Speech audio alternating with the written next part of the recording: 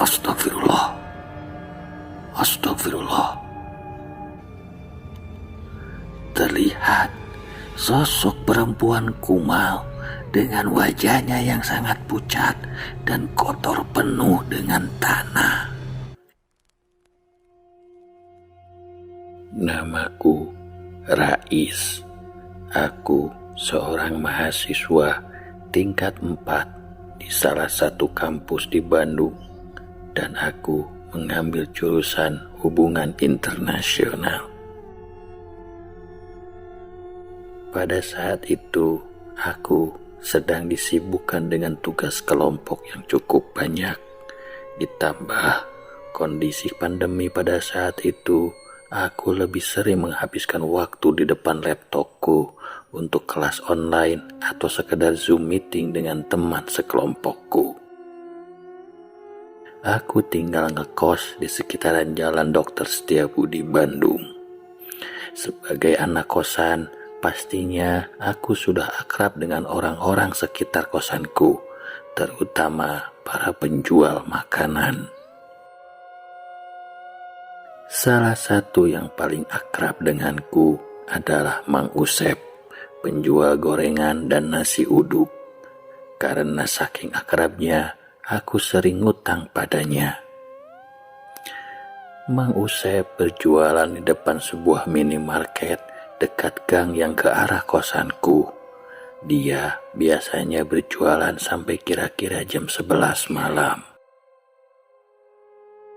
Semua berjalan biasa saja, tidak ada yang aneh. Hingga sampailah pada suatu ketika. Malam itu, setelah Zoom meeting, aku keluar kosan untuk membeli makan malam di warung Mang Usep. Aku berjalan menyusuri gang hingga sampai ke depan minimarket. Seperti biasa, Mang Usep menyambutku dengan ramah sambil menyiapkan nasi uduk untukku.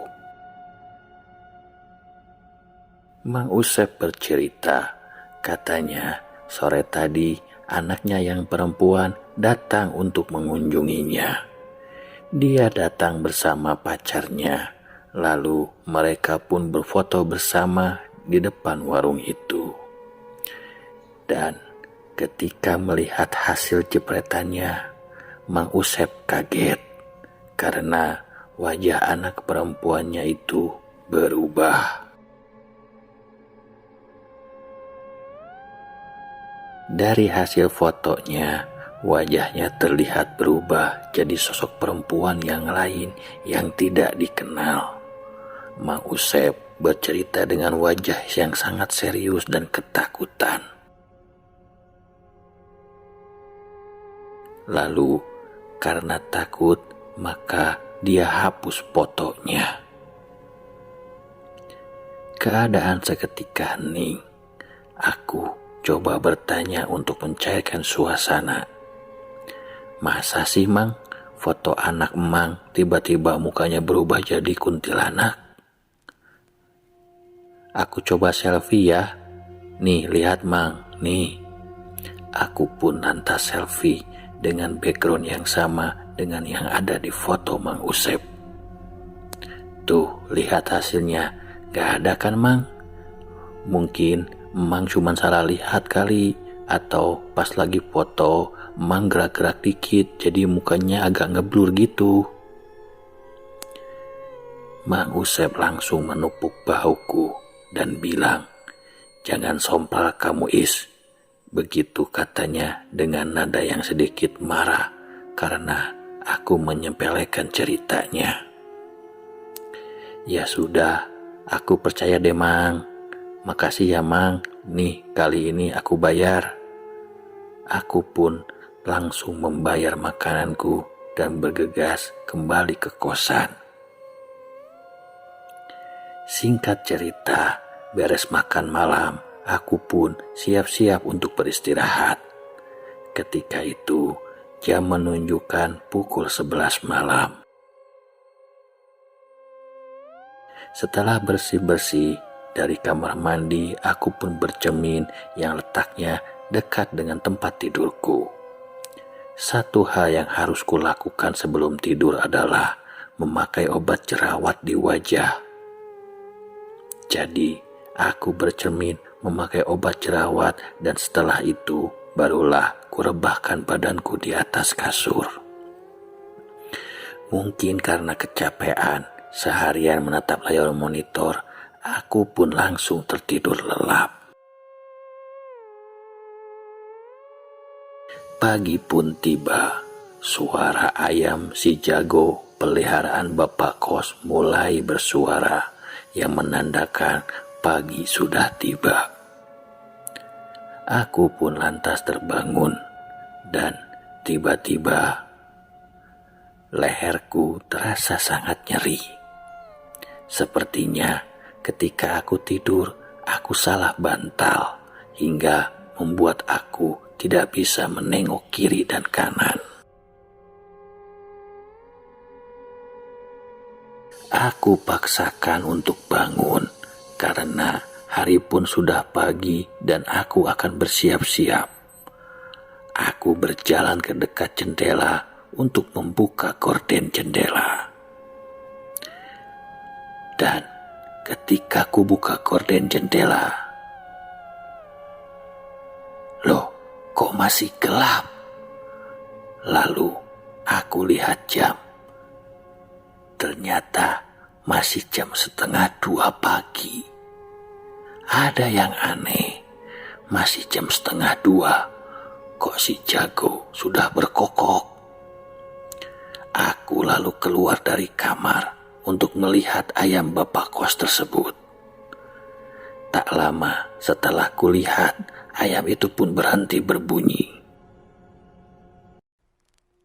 Namun tak lama berganti dengan suara anak ayam yang saling bersahutan. Suaranya terdengar sangat jelas berada di sekitarku. Suara anak ayam dari mana lagi ini? Aku ingin melihat sekeliling, namun leherku sulit digerakkan dan terasa sakit. Terpaksa aku memutar badanku untuk melihat ke sekeliling.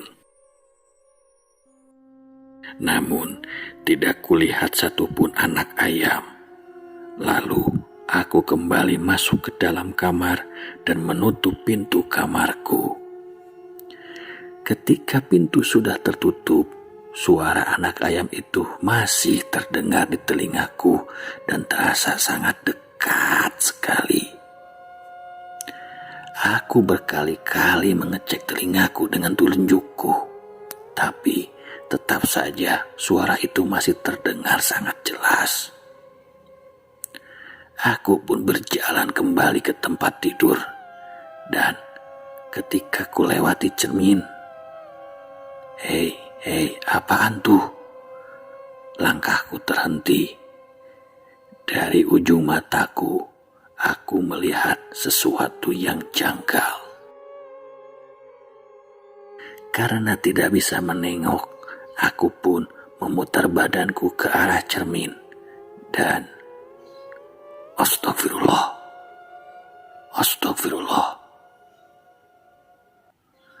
Terlihat sosok perempuan kumal dengan wajahnya yang sangat pucat dan kotor penuh dengan tanah. Ia memelukku dari belakang. Tangannya menyilang di leherku dan kakinya pun menyilang di pinggangku. Aku menggendong sosok perempuan itu. Rambutnya yang hitam dan sangat tebal berantakan. Mulutnya bergerak-gerak mengeluarkan suara. Suara anak ayam itu. Aku langsung buru-buru lari keluar dari kamar kosku. Ini mungkin alasannya kenapa leherku tidak bisa digerakkan dari tadi. Aku terus berlari sampai akhirnya aku tahu penyebab gangguan ini. Lalu aku berhenti di depan minimarket, di depan gang kosanku itu.